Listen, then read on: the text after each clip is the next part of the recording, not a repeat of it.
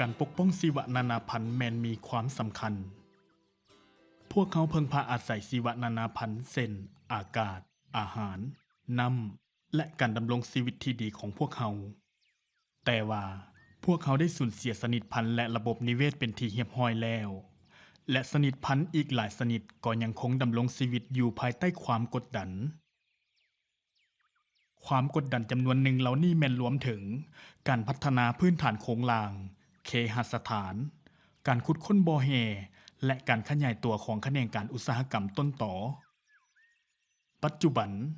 บรรดาประเทศส่วนใหญ่นักการเงินและบริษัทจำนวนหนึ่งได้มีการปกปักรักษาสภาพแวดล้อม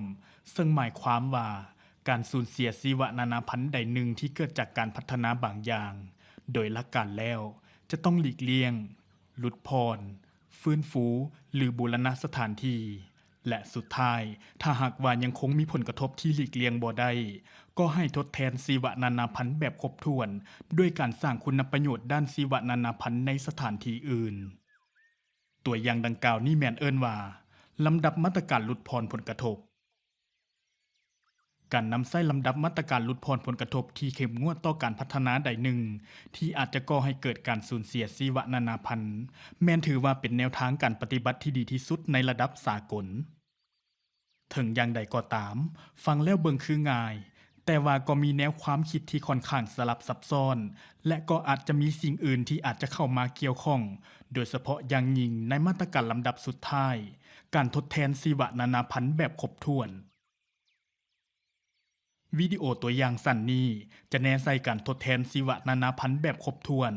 ซึ่งเป็นมาตรการสุดท้ายในลำดับมาตรการลดพรผลกระทบการทดแทนชีวนานาพันธุ์แบบครบถ้วนแม่นปัญหาที่มีความท้าทายหลายและมีผลกระทบหลายอย่างที่บ่สามารถให้การทดแทนได้ซึ่งนี้จึงเป็นเหตุผลที่ว่า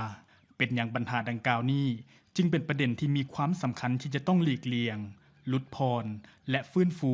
หรือบูรณะการสูญเสียชีวนานาพันธุ์ให้หลายที่สุดเท่าที่จะเป็นไปได้ก่อนที่จะเลือกเอาการทดแทนชีวนานาพันธุ์แบบครบถ้วนให้เป็นส่วนหนึ่งของการตอบสนองต่อการสูญเสียชีวนานาพันธุ์ที่ได้นำเสนอก่อนอื่นหมดต้องรู้ว่าการทดแทนชีวนานาพันธุ์แบบครบถ้วนแม่นหยังการทดแทนชีวนานาพันธุ์แบบครบถ้วนแม่นการทดแทนเฉพาะสำหรับการสูญเสียชีวนานาพันธุ์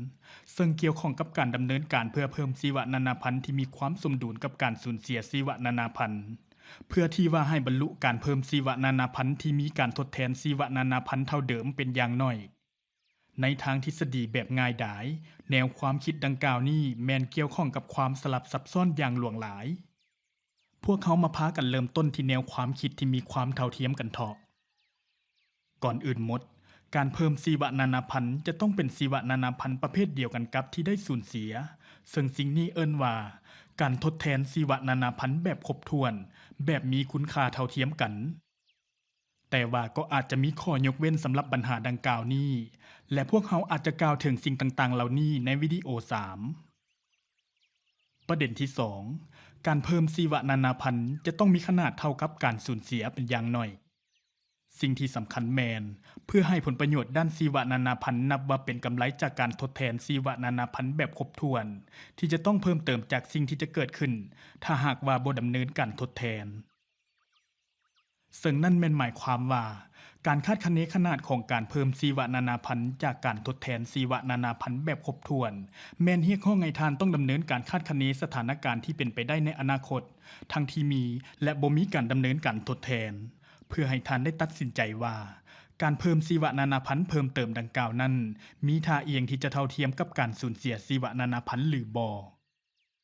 การที่จะเฮ็ดสิ่งนี้ให้ดีและด้วยวิธีการที่สมเหตุสมผลถือว่าเป็นสิ่งที่มีความท้าทายเป็นอย่างยิ่งและพวกเขาความเอาหัวข้อดังกล่าวนี้ไว้ในวิดีโอ4ประเด็นที่3ตามปกติแล้วก็จะเกิดมีความบ่แน่นอนเกี่ยวกับการเพิ่มชีวนานาพันธุ์ที่อาจจะเกิดขึ้นหลายกว่าการสูญเสีย